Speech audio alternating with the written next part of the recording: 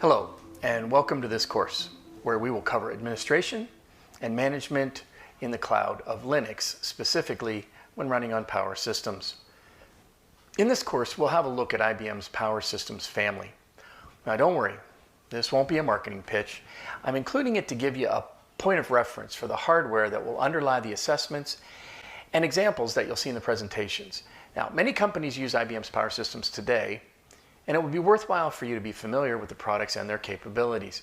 Again, this won't be a deep dive, but I think you'll find it interesting, informative, and helpful as you pursue your career in Linux administration and modern open source oriented IT in general. Now, the course will look more closely at the virtualization of Power Systems as well. And virtualization is the basis of most of the new workloads that are being developed today.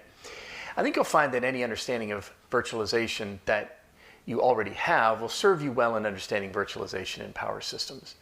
The course will return to Linux administration concepts like we covered in the first course, taking a deeper technical dive into the workings and management of the Linux operating system itself. The course ends with a discussion of cloud computing, specifically private cloud, covering the necessary additions that are needed to prepare the Linux system for inclusion into a private cloud.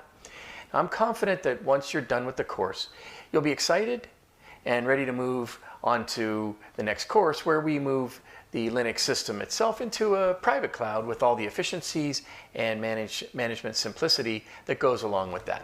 So let's get started with the course.